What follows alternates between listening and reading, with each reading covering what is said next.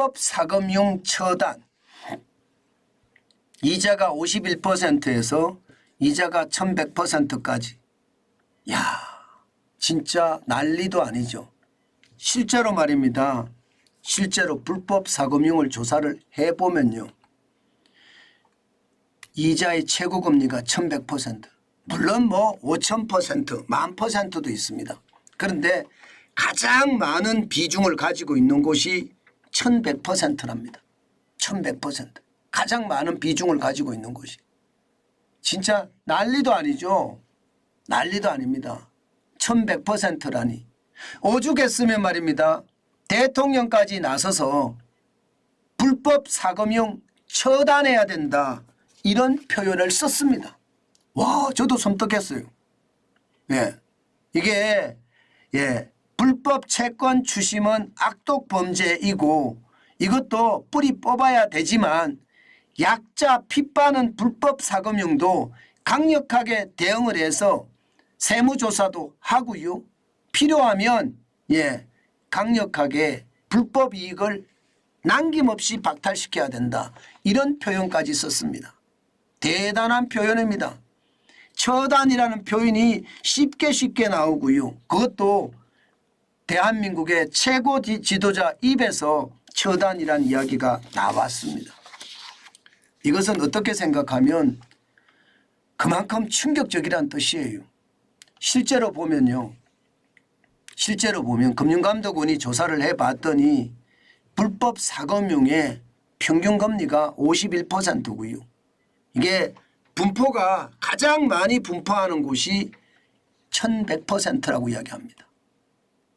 아니, 우리 기준금리라는 게 여러분 3.5%입니다. 그리고 대한민국의 법정 최고금리도 20%입니다. 그런데 불법 사금융에서는 평균금리가 51%고요. 최고금리, 가장 많이 분포한 최고금리가 1100%라니 이거 말도 안 된다. 여러분도 지금 그렇게 생각하실 거예요. 그런데 더 심각한 것은요, 1100%보다 더 많이 받는 불법 사금융이 많을 거 아니에요. 뭐 5000%, 심지어 10,000%까지 받는 그런 불법 사금융이 굉장히 많은데 30만 원 빌렸는데 어느 날 4천만 원이 됐다는 거예요. 4천만 원. 그런데 이 4천만 원을 안 갚는다고요. 뭐 나체 사진을 찍어서 보내라는 둥, 아니면 네 조카한테 연락하겠다는 둥, 뭐 심지어 말입니다, 최악의 성폭력까지 일어나고 있는 게 현실이라고 이야기합니다. 참 이런 것을 보면요, 이거 건절 정도가 아니라 처단이라는 표현이 대통령 입에서 나오는 게 어쩌면 당연했다, 저는 그런 생각을 해봅니다. 그만큼 심각하다는 뜻이에요. 우리는요, 여러분, 사인간에 이자도요 20%만 받게 돼 있습니다. 20%만. 20%만 받게 돼 있습니다. 옛날에 말입니다. 2007년 7월에는 30%였습니다. 그러던 것이 2014년 4월에 25%로 내렸고요. 그리고 지금은요, 2018년부터 사인간에도 법정 최고금리가 24%, 지금은 2021년 7월부터는 20%로 바뀌었습니다.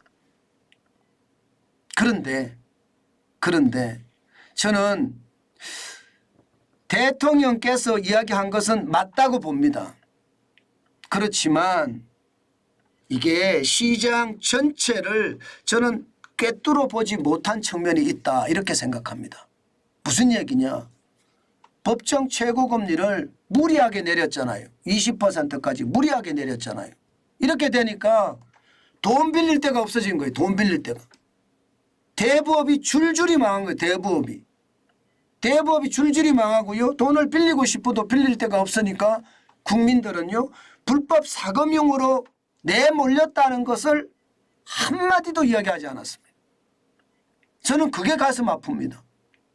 사실은 정부의 제도가 문제가 있어서 많은 사람들이 불법 사금융으로 내몰리는데 이 부분에 대해서는 정확하게 지적함이 없이 불법 추심이 문제다, 이자가 문제다, 불법 사금융이 문제다 이렇게 이야기한 것은 저는 조금 안타깝다 이렇게 생각합니다. 이게 법정 최고금리가 20%가 되니까 무슨 일이 벌어지는지 아세요 여러분? 대부업이 진짜로 많이 장사를 안 하잖아요. 그 이유는요 간단합니다. 이게 돈이 안 되는 거예요. 법정 최고금리 20%를 가지고 신규 대출을 해보니까요 안 되는 겁니다. 기본적으로 대형 대부업체 기준으로 봤을 때 조달금리가 5.63% 정도 된다고 보고요. 대손 비용이라고 갚는 사람이 있고 안 갚는 사람이 있잖아요. 이게 11.03%고요. 모집 비용 아무래도 광고해야 될 거 아니에요. 광고가 2.86%. 관리 비용 아무래도 대출을 해줬으니까 관리하는 비용이 들어갈 거 아니에요. 5.6% 들어갑니다. 그러면 계산을 해보면요. 25.12%라고 이야기해요. 그러면 법정 최고금리를 가지고 대부업을 유지하기가 어렵겠죠.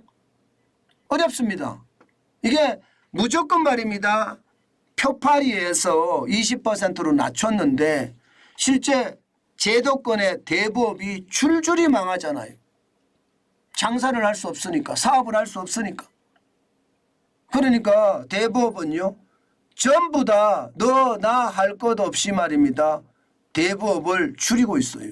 지금 실제로 대부업의 대출 잔액을 보세요.